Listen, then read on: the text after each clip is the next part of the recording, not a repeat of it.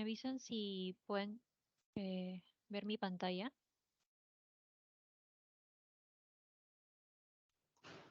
Sí se ve. Gracias, Daira.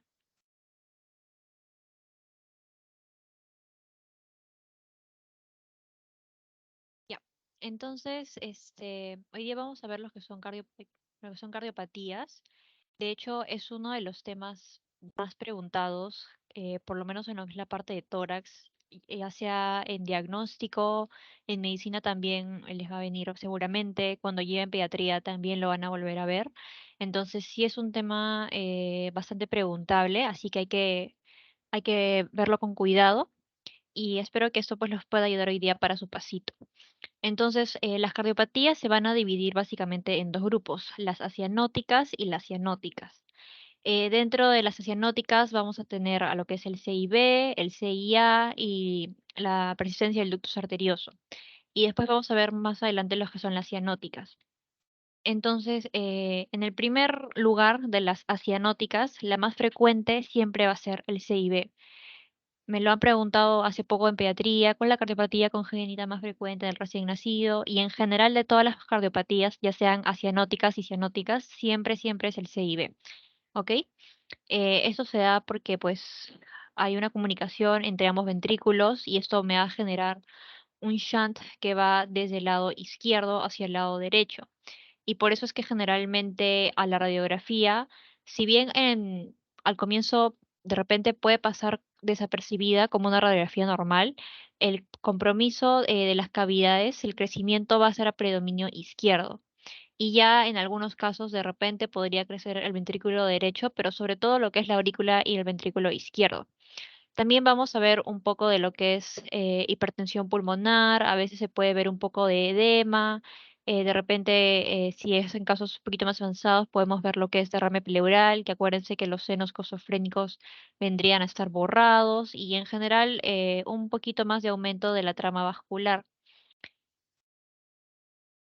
Y bueno, a la ecografía o al ultrasonido vamos a ver eso, ¿no? Vamos a ver cómo en los ventrículos hay un defecto de la pared y vamos a ver cómo es que está pasando la sangre del izquierdo al derecho y que esto normalmente no debería ser así, ¿no? Porque ustedes ya saben que el ventrículo es todo íntegro y en cambio acá estamos viendo, ven cómo está pasando de un ventrículo al otro. Entonces acá nos va a servir básicamente para ver a qué nivel del septo está el defecto, la dirección y un poquito del flujo también. Luego vamos a tener lo que es la comunicación interauricular que viene a ser la segunda con más frecuencia de las acianóticas, pero en el adulto sí es la primera más frecuente. Entonces es diferente que a ustedes les pregunten cuál es la cardiopatía congénita más frecuente, CIB. ¿Cuál es la cardiopatía más frecuente en el adulto? CIA. ¿Ok? Esto generalmente, como ya mismo se va a dar en los adultos, y generalmente van a ser personas ya mayores de edad, esas personas ya tienen una falla cardíaca de por sí muchas veces, ¿no? Entonces vamos a ver lo que es un poquito de insuficiencia cardíaca. Si es que es en estadios recientes, la radiografía puede ser normal, pero ya cuando esta avance más, lo que vamos a ver es incremento de las cavidades derechas, sobre todo de la aurícula y el ventrículo. También vamos a ver un poquito del aumento del flujo pulmonar. En algunos casos, los vasos pulmonares pueden estar agrandados, sobre todo se va a dar a predominios superiores. A veces en la periferia, ¿se acuerdan que habíamos dicho que generalmente los vasos no se deben ver normalmente? Bueno, en esos casos a veces sí los podemos ver y también a veces podemos ver en algunos casos hipertensión pulmonar. Y en lo que viene a ser el callado puede estar normal o pequeño y se pierde, pues vemos que aquí está el callado y continuándose con la aurícula izquierda ya no forma esa concavidad que normalmente veíamos, ¿no? En las radiografías normales. A la ultrasonido y a la tomografía vamos a ver lo mismo, ¿no? Vamos a ver cómo hay un defecto entre ambas aurículas, derecha e izquierda, y vamos a ver cómo acá el flujo es que está pasando del lado derecho hacia el lado izquierdo. Y eso, obviamente, para todas las cardiopatías congénitas, cuando hagamos la ecografía, el Doppler nos va a ayudar bastante. Y bueno, lo que vemos acá en este lado de imagen es lo mismo, ¿no? Vamos a ver por ejemplo, acá el ventrículo sí me está separando muy bien ambos ventrículos, ¿verdad? Pero en la parte de acá que vienen a ser las aurículas, no, vemos que hay comunicación. Entonces esto nos diría que sería una CIA. Luego tenemos lo que es la persistencia del ductus arterioso. Ustedes saben que normalmente en la vida fetal hay una pequeña comunicación entre la aorta y el tronco pulmonar, ¿verdad? Esto es generalmente es fisiológico, es normal, ya cuando nacemos este ductus debería cerrarse en las primeras 24 horas, porque de lo contrario nos puede generar problemas. Y normalmente el ductus lo vamos a ver en los que son recién nacidos pretérminos y también cuando la mamá se ha contagiado rubiola y de repente ha contagiado al hijo también. Entonces, ahí a la radiografía lo que vamos a poder ver es un aumento de las cavidades izquierdas, miren, tanto aurícula como ventrículo están incrementados, ¿verdad? Y nos va por ende dar una cardiomegalia. Y como justamente están incrementados, vamos a ver igual, ¿no? Que la ventana aortopulmonar, o sea, este ángulo de acá está obturado. Y en algunos casos también podemos ver un poquito de edema pulmonar. No sé si están viendo con mi flecha. Y hay algunos tipos, según la forma de este ductus. Tenemos el cónico, que vamos a ver que es así como si fuera un conito y acá una pequeña ramita. Ese sería el ductus. Luego tenemos como si fuera una ventana, que es un poquito más ancho. El tubular, que es como su nombre lo dice, es un tubo prácticamente. Luego el complejo, que me forma como si fuera un sáculo o tipo un aneurisma, ¿verdad? Como si fuera una bolita. Y por último, el elongado que va a estar más ancho hacia la parte de la aorta y hace estrechez un poco hacia la parte de la pulmonar. Y bueno, a la tomografía, y lo vamos a ver mucho mejor, ¿no? Vamos a ver cómo del callado de la aorta está habiendo una comunicación con la arteria pulmonar, ¿verdad? Se ve clarito y acá también, miren, se ha hecho la reconstrucción de la tomografía y este vendría a ser el ductus. Ok, esas serían las cianóticas. En cuanto a las cianóticas, como su nombre lo dice, es porque el bebé va a estar azul, ¿no es cierto? Sobre todo en lo que viene a ser la parte central, labios, a veces un poco de manos, tórax. Y dentro de las cianóticas, la más frecuente va a ser la tetralogía de Fallot. Si ustedes les preguntan cuál es la cardiopatía congénita cianótica más frecuente, si solamente les dicen así, ustedes tienen que marcar Fallot. Pero si les dicen cuál es la cardiopatía congénita más frecuente cianótica en menores de un año, en ese caso vendría a ser la transposición de grandes vasos. Menores de un año, transposición. Si les dice mayores de un año o en general no les dicen, no les especifican, sí vendría a ser la tetralogía de Fallot. Entonces hay que recordar, como su nombre lo dice, son cuatro efectos, ¿no? El Mafa, primero, disculpa, ¿puedes sí, volver a repetir, porfa? En menores de un año, ¿qué enfermedad era? en menores de un año es la transposición de grandes vasos, las cianóticas. Y en mayores de un año es la tetralogía. Pero en general, de todas las cianóticas, es la tetralogía de Fallot. ¿Ok? Gracias. Ya, perfecto. Me avisan cualquier cosita, chicos, ¿ah? Todavía, ¿qué hora es? Todavía no es la hora, ¿no? Ya. Entonces, en la tetralogía de Fallot tendremos lo que son cuatro efectos, ¿no? Primero, va a haber un CIB, o sea, va a haber una comunicación entre ambos ventrículos, que ya lo justo lo acabamos de ver. Va a haber un cabalgamiento de la aorta que va a estar como que por encima de los otros vasos. También va a haber una estenosis o una estrechez pulmonar de la arteria. Y también va a haber hipertrofia del ventrículo derecho. Entonces, a la radiografía lo que vamos a ver es lo que se le conoce el signo del zapato o de la bota sueca o del zapatito sueco, cualquier cosa que ustedes lo relacionen con zapatos, ¿ok? Y justamente, pues como este ventrículo derecho hemos dicho que está hipertrofiado, entonces va a hacer que el ápex se vaya para arriba, ¿ok? Y también nos va a dar esa concavidad pulmonar y va a tener esta forma característica. Y acá es lo que estamos diciendo, ¿no? La tetralogía es más frecuente en mayores de un año, pero en general de todas las cianóticas es la más frecuente. Y a la tomografía vamos a ver lo mismo, ¿no? Vamos a ver cómo se está cabalgando la aorta. Esto se vendría a ser. Vamos a ver cómo el ventrículo derecho está totalmente engrosado. Y acá más o menos vendría a ser lo que viene a ser la parte del CIB. Y acá es igual, un poco más de lo mismo, ¿no? Vamos a ver el ventrículo derecho que está totalmente agrandado, hipertrofiado. Vamos a ver en este caso, este vendría a ser la parte de la estenosis pulmonar, que se ve como esta estrechez y que va obviamente a obstruir el flujo pulmonar, ¿no? Porque no, la sangre no va a pasar adecuadamente. Ok. Luego, la otra vendría a ser la transposición de grandes vasos, que como ya hemos dicho, uy, perdón, ahí lo he repetido, ¿no? Acá es en menores de un año, ¿sí? Ah, no, sí está bien, menores de un año y acá he puesto mayores. Sí, está bien, es lo que les estaba diciendo. Eso se va a dar sobre todo en menores de un año, pero también, o sea, puede verse en mayores de un año, pero sobre todo va a predominar en los menores. Entonces nosotros sabemos que normalmente la aorta va a salir del ventrículo derecho y la pulmonar va a salir del ventrículo izquierdo, pero eso es lo normal. Pero como es una transposición, va a salir al revés. En ese caso, la aorta va a salir del ventrículo izquierdo y la pulmonar va a salir del ventrículo derecho. Y esto nos va a dar una imagen característica que es el huevo colgando de una cuerda y que justamente se debe a que hay una cardiomegalia y que va a colgar de la cuerda que vendría a ser el timo.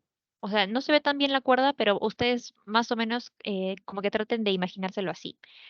Y si se dan cuenta, en ese caso el ápex no está desplazado hacia arriba como en la tetralogía. Entonces hay que tener muy en cuenta eso, ¿sí, chicos?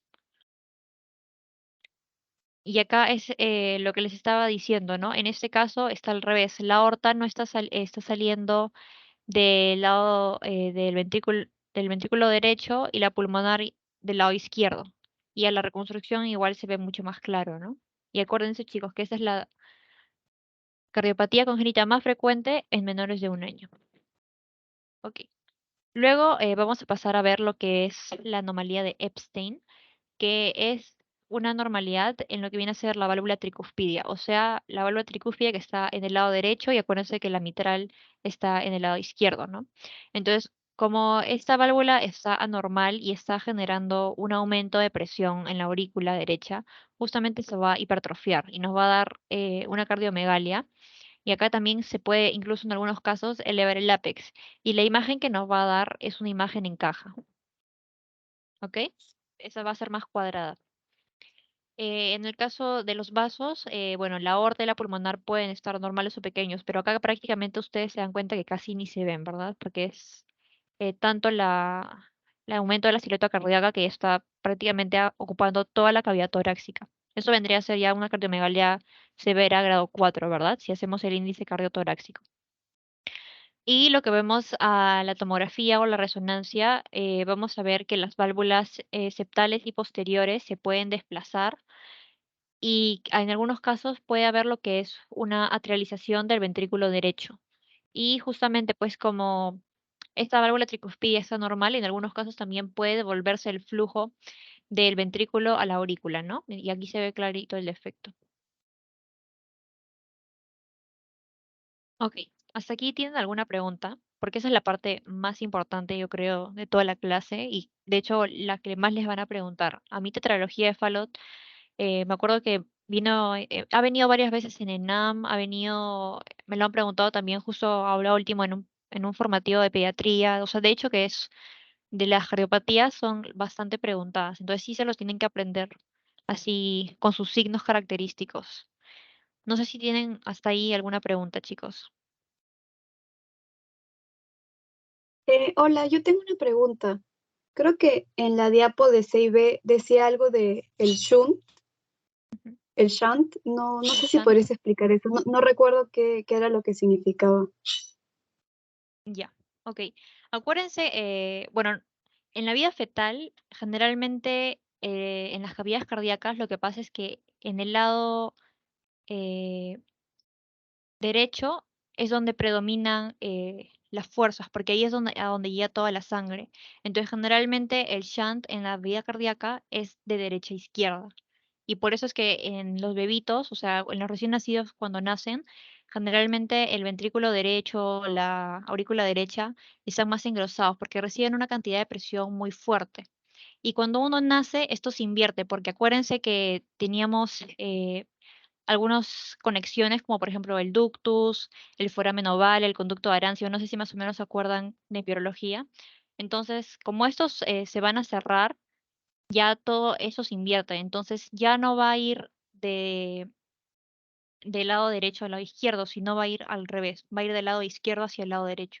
Y eso se les conoce como el shunt. No sé si quedó un poquito más claro. Sí, sí, entonces el shunt sería como un agujero, digamos, algo así, que permite el Mm, pasaje de la sangre. sí, o sea, el CIB es el agujero y al flujo, o sea, que se da por eso, se le dice como el shunt, por así decirlo, ¿ok? Pero no necesariamente tiene que haber un agujero para que haya un shunt, por si acaso. O sea, la mayoría de veces sí, pero no necesariamente, ¿ok? Pero en ese caso sí, pues, ¿no? Porque el tabique está todavía no se ha cerrado y por eso es que se está yendo de izquierda a derecha. En ese caso sí hay agujero, ¿está bien? Sí, sí, gracias. Ya, perfecto. ¿Alguna otra pregunta hasta ahí?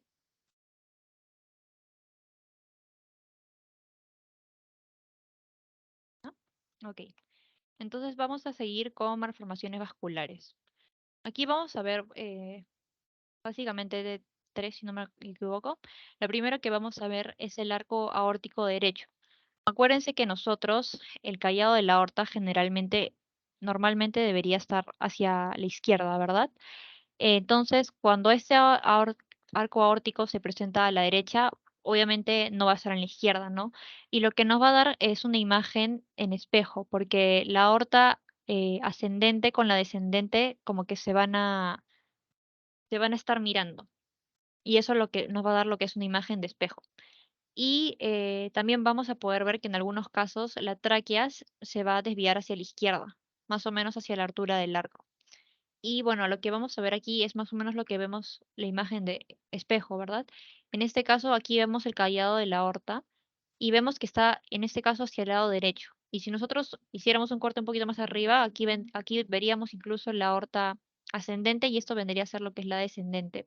Pero este arco normalmente pues no está aquí a la derecha, ¿no? Sino está aquí a la izquierda, si podemos recordar un poquito de radioanatomía.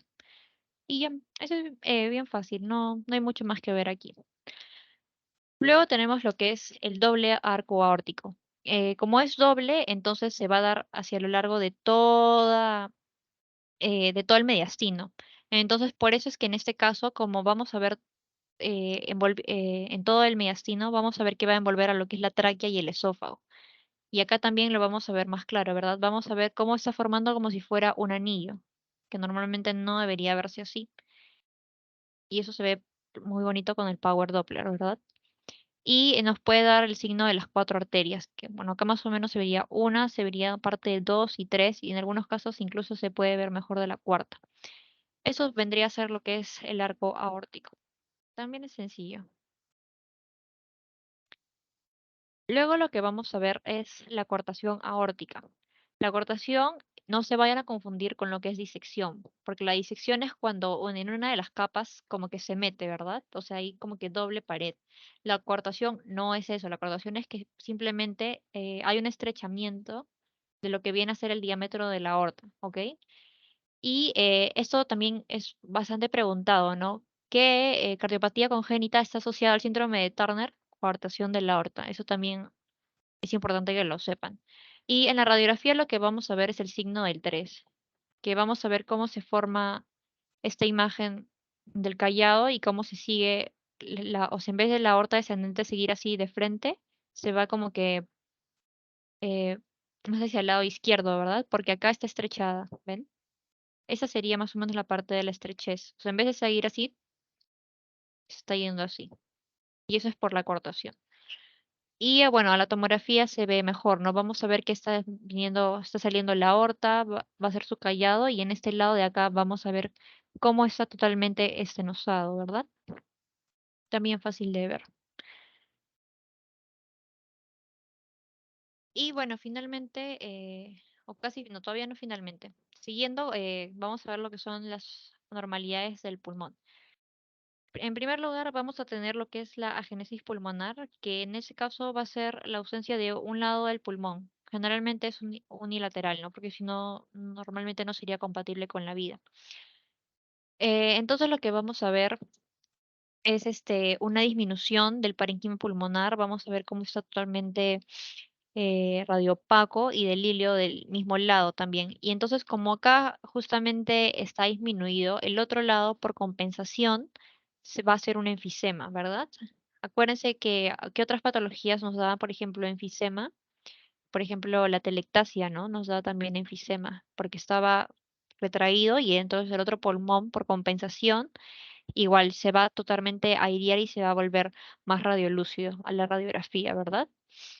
Y a la tomografía vamos a ver eso, ¿no? Vamos a ver que, miren, acá vamos a ver el tronco de la arteria pulmonar.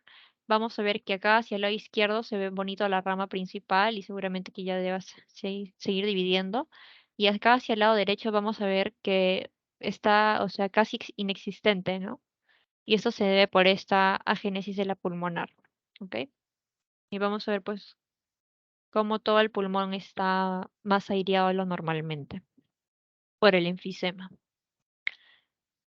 Luego vamos a ver otra patología que es el drenaje venoso pulmonar anómalo. Y hay dos tipos, hay el parcial y hay el total.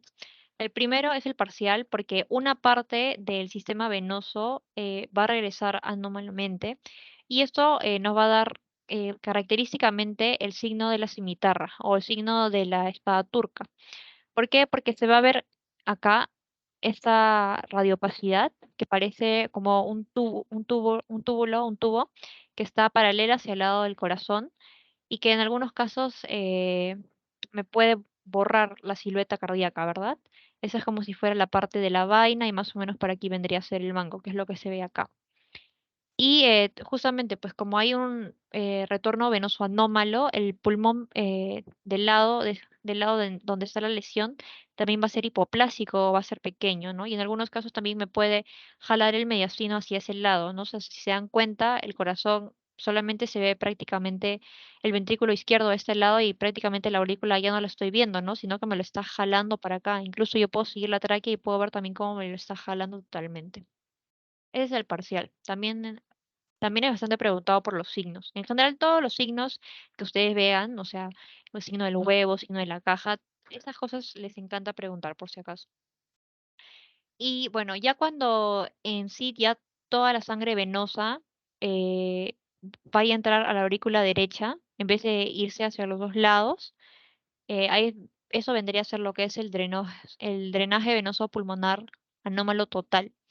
Entonces, esto al revés de lo que es el CIB, esto me va a hacer un shunt pero de derecha a izquierda. Acuérdense que el CIB hemos dicho que es de izquierda a derecha, ¿no?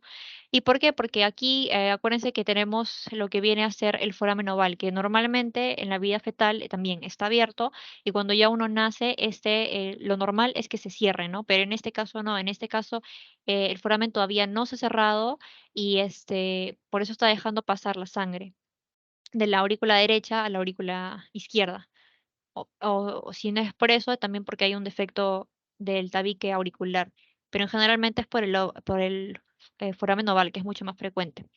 Y entonces la imagen que nos va a dar es la imagen del muñeco de nieve, ¿no? Acuérdense no sé si han visto Frozen, ya más o menos así se pueden acordar. Entonces, la parte de acá de arriba de la cabeza vendría a estar conformada por lo que es parte de una vena que se llama vena vertical o innominada, que va a estar dilatada.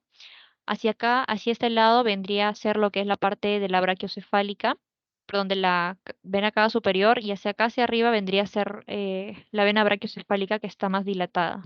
Entonces, más o menos, este vendría a ser como que la cabecita, esta vendría a ser la cava superior, y hacia acá la vena innominada. Y hacia acá todo eso es la parte, pues, de la cabeza, ¿no?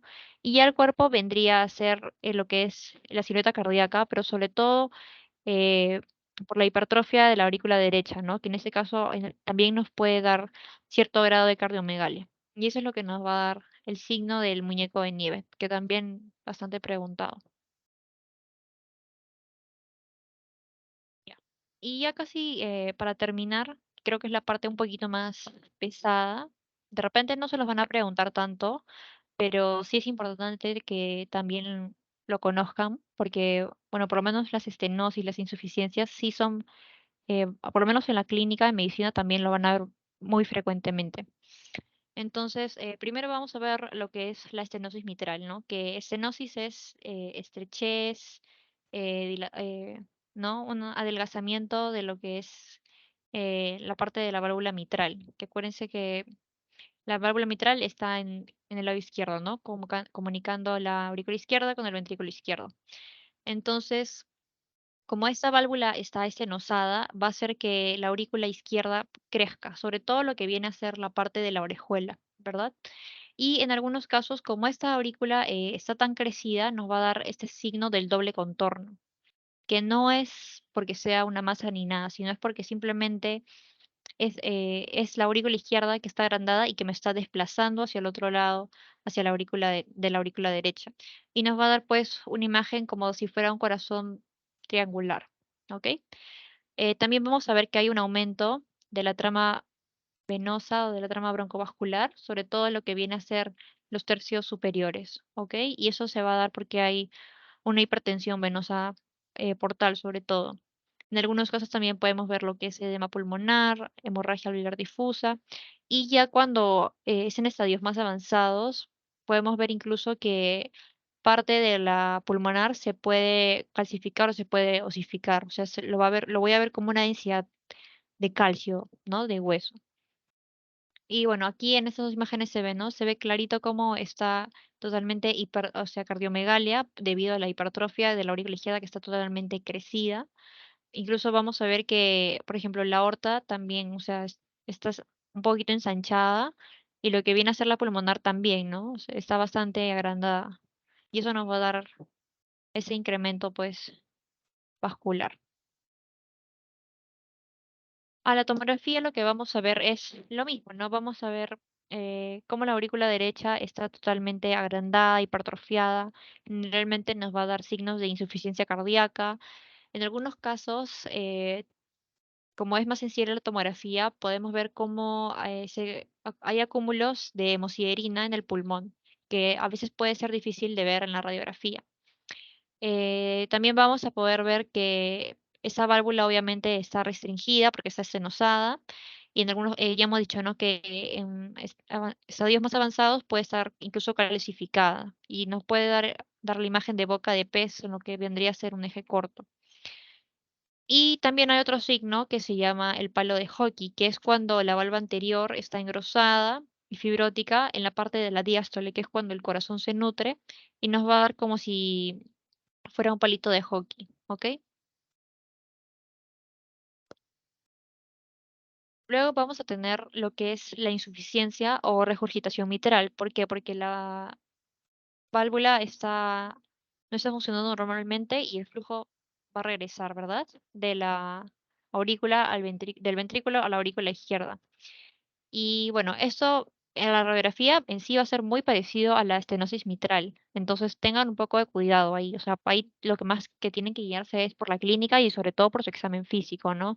Ver en dónde estoy ocultando el soplo, qué signos me da, etcétera, ¿no? O sea, en general vamos a ver casi lo mismo, ¿no? Que va a haber cardiomegalia, sobre todo a predominio de las cavidades izquierdas, la orijuela también va a estar agrandada y me puede dar esa convexidad. Y también a veces en algunos casos me puede dar un signo de la doble pared, o sea, igualito que la estenosis, ¿no?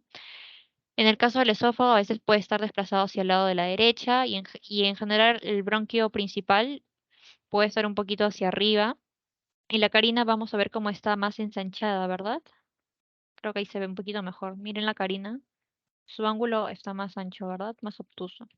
Esa es la parte de la aurícula izquierda que les estaba diciendo que está más hipertrofiada y como está justamente por esa hipertrofia me va a desplazar hacia el otro lado de la aurícula derecha. Igual que en la estenosis, también vamos a ver un aumento del refuerzo venoso, sobre todo en los tercios superiores, ¿no? Y también a veces podemos ver signos de insuficiencia cardíaca y edema pulmonar. Creo que ahorita es su pasito. Sí, Ya. Me avisan entonces, 10 minutos. ¿Cuánto dura? 15 minutos creo, ¿no? O 10 minutos. sí, 15 creo que son. Ya, me avisan pues chicos.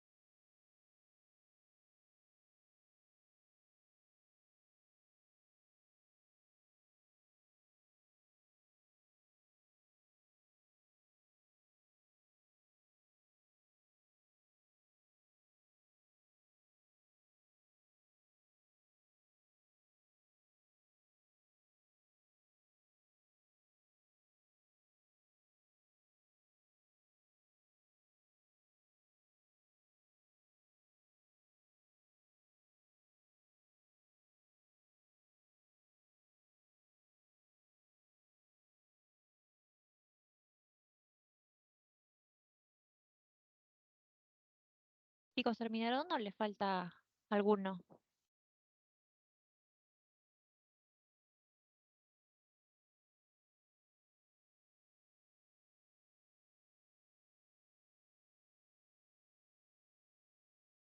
Creo que ya terminamos todos, creo. ¿Sí? ¿Todos ya terminaron? Para seguir compartiendo. Ya casi vamos a terminar.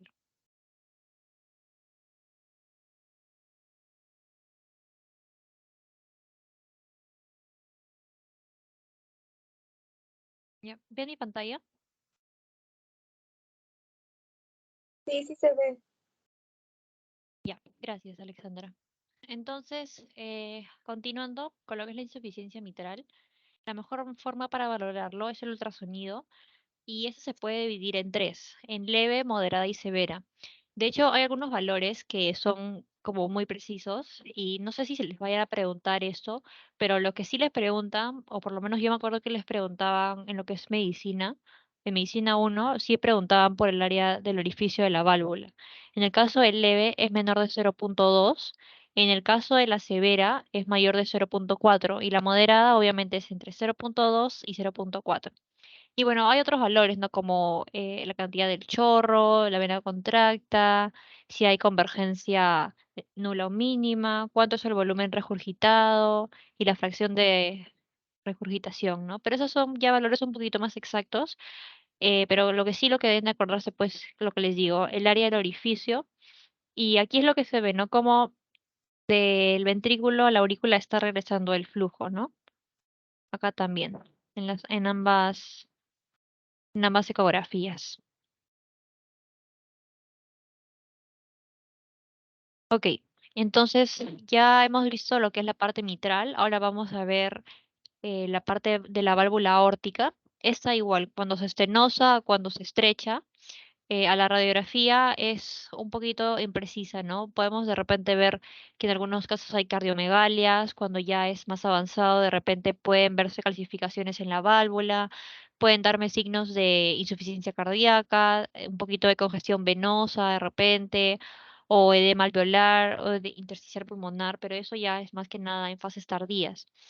Pero lo que sí me va a ayudar bastante igual es la ecografía o el ultrasonido y acá también lo que voy a tener son valores que son parecidos a lo que vimos en la insuficiencia mitral, pero ya pues acá va a depender del área de la válvula aórtica, ¿no? En el caso de la leve es menor de 0,2, en el caso de la moderada menor de 0,2, en el caso de la moderada es de 1 a 1,5 y en el caso de la severa es menor de 1, ¿no? O sea, vamos a ver cómo esta válvula se va estrechando. Y aquí vamos a ver, ¿no? Cómo es, más o menos aquí vendría a ser donde se un poquito está estenosada la válvula aórtica. No está con color, pero más o menos para que tengan una idea. Y bueno, a la tomografía igual, ¿no? Lo que nos va a ayudar más van a ser para que lo que les he dicho, ¿no? Las calcificaciones de la válvula, sobre todo ya en estadios avanzados, se van a ver muchísimo mejor. Y en algunos casos también se puede ver que hay una dilatación de la aorta descendente, o sea, la parte que vendría hacia acá abajo. Y a la resonancia vamos a tener en dos secuencias. En la que es el spin echo, vamos a ver finalmente si esta válvula va a ser uni o bicúspide. También, igual que la tomografía, también se puede ver si es que hay dilatación de la aorta descendente. Y en algunos casos vamos a poder ver si es que hay alguna hipertrofia del ventrículo izquierdo, ¿verdad? Y la otra secuencia es el cine GRE o BSSP, que lo que vamos a ver es cómo las válvulas van a estar engrosadas y van a tener un recorrido reducido en lo que es la sístole. También vamos a ver que el tamaño y la extensión del chorro, a qué velocidad está yendo por la aorta ascendente y en algunos casos vamos a ver cómo está la contracción dinámica del ventrículo izquierdo igual, que se va a dar por compensación y que hemos dicho que en algunos casos vamos a ver clarito que está también engrosado por ese aumento de volumen de presiones que estamos teniendo en el ventrículo izquierdo. Luego tenemos lo que es la insuficiencia aórtica, que igual en la radiografía en general no hay signos muy específicos, ¿no? A veces podemos ver que el ápex está un poquito más hacia la izquierda, de repente signos de falla cardíaca. En algunos casos podríamos de repente esbozar algunos aneurismas y a veces podemos ver que la silueta está agrandada o cardiomegalia por aumento de las cavidades izquierdas, ¿no? Pero igual, o sea, como hemos visto, no es que sea algo específico, porque también todo esto también lo podemos ver en las otras lesiones que hemos visto de las válvulas. Y entonces lo que ya nos va a ayudar mejor es la ecografía, ¿no? Que acá igual recordar, cuando es leve, el área va a ser menor de 0,1, en el caso de la severa, mayor de 0,3 y la moderada vendría a ser entre 0,1 y 0,3, ¿verdad? Y acá vamos a ver pues cómo se está regurgitando el flujo de la aorta hacia el ventrículo izquierdo, ¿verdad? Este vendría a ser el ventrículo derecho, el ventrículo izquierdo, la aurícula derecha y la aurícula y parte de ya lo que viene a ser eh, debajo vendría a estar la aurícula izquierda y por acá vendría a ser lo que es la salida de la aorta. Ok, luego vamos a ver enfermedades del corazón que vendrían a ser las cardiomiopatías. Estas son tres tipos, la hipertrófica, la dilatada y la isquémica.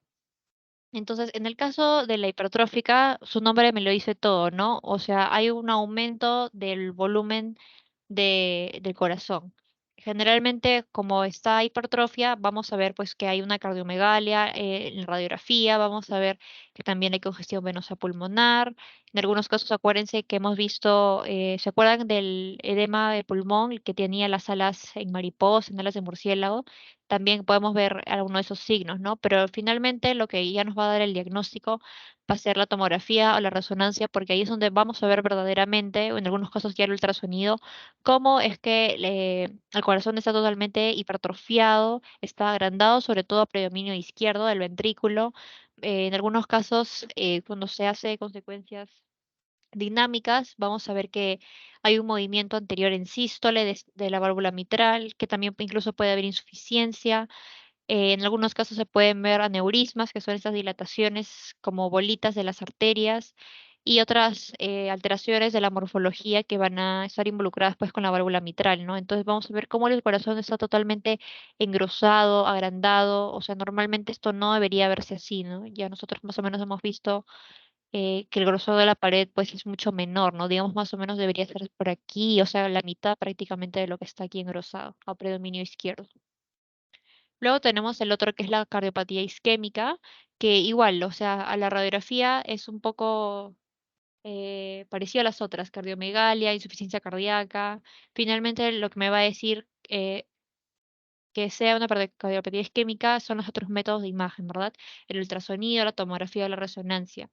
Entonces, con la ecografía yo puedo ver que la fracción de eyección va a estar reducida, incluso a veces el movimiento puede ser un poco raro, la pared puede estar adelgazada y también podemos utilizar lo que es la ecocardiografía de estrés, ¿no? Que si han revisado más o menos el PPT que les mandé, ahí hablaba un poco de lo que es la cardiografía de estrés, de cómo esta se usa en algunos pacientes, sobre todo con sospecha de lo que es isquemia miocárdica. Entonces acá sí es bastante importante esta prueba específica y que es por estrés porque justamente los pacientes son sometidos ya sea a un estrés dinámico, o sea, los van a poner en una bicicleta estática o de repente en una caminadora o en algunos casos incluso si es que no pueden hacer ese tipo de actividades físicas se les da, por ejemplo, algunos sinotrópicos, ¿no? Por ejemplo, la dopamina, y esto pues va a generar que el corazón actúe de una manera y eso vamos a comparar cómo se da antes y después de que yo haya estresado el corazón.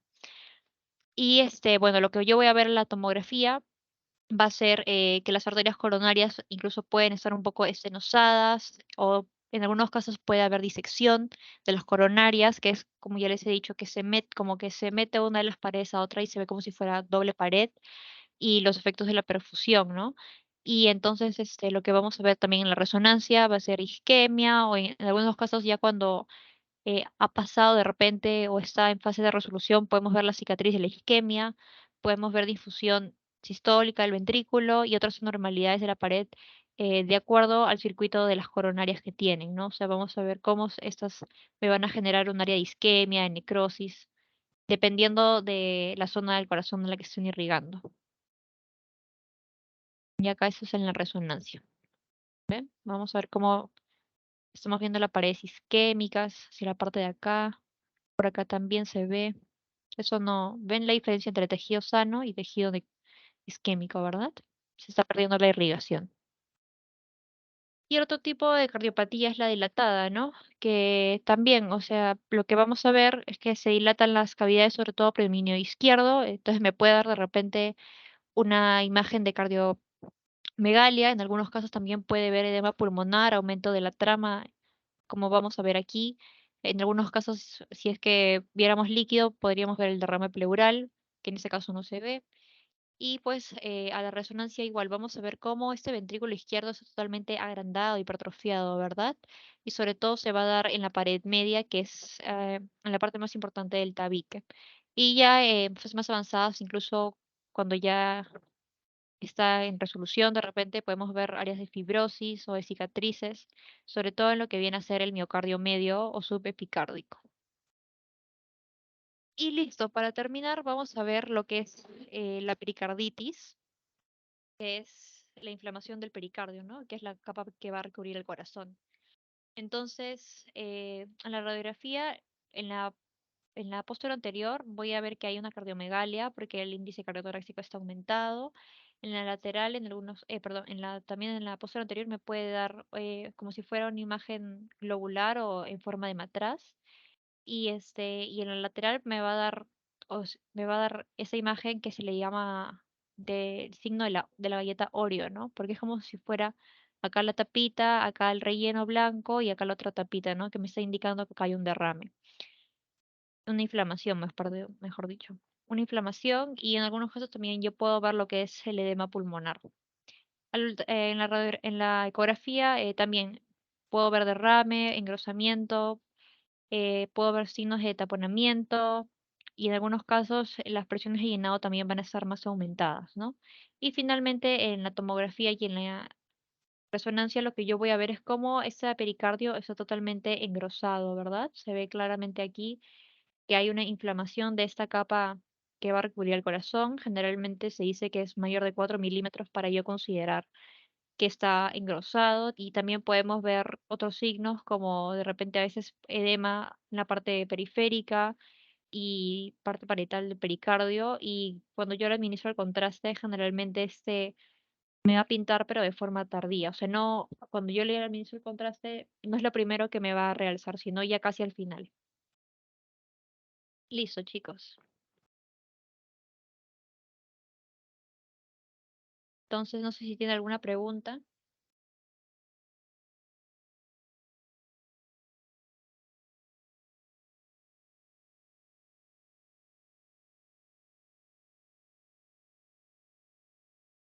Les voy a mandar el pasito, son las 4:57 hasta las 5:10, ¿está bien?